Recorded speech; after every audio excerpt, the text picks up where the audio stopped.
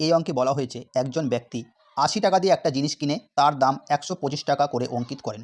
তারপর তিনি ৪০% ছাড় দেন। তার ক্ষতি বা লাভের শতাংশ কত?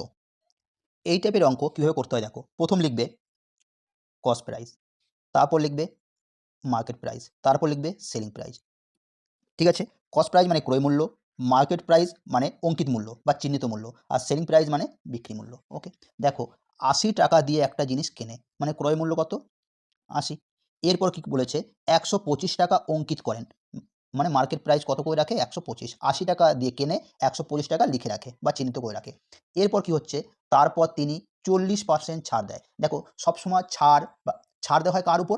মার্কেট প্রাইসের উপর। ছাড় কার উপর দেওয়া হয়? মার্কেট প্রাইসের উপর। দেখো মার্কেট প্রাইস কত? ১২৫। ওকে, এর উপর দেখো কত পার্সেন্ট ছাড় দিচ্ছে? ৪০%। মানে কত? ৬০। ৪০ মানে কত? ১০০ ভিতরে ৪০ ছাড় দিচ্ছে মানে কত? ৬০। ৬০/100।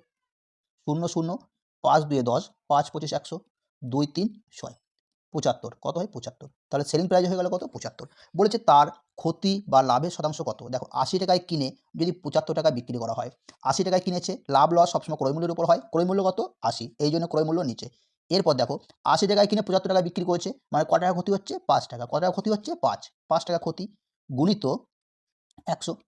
ঠিক আছে? দেখো এই ০ ০ কাটা, ২ ৫ ১০, ২ ৪ ৮, কত হয়? ২৫/৪। ২৫/৪, ২৫/৪ মানে কত? ৬.25%। কী হচ্ছে? ক্ষতি।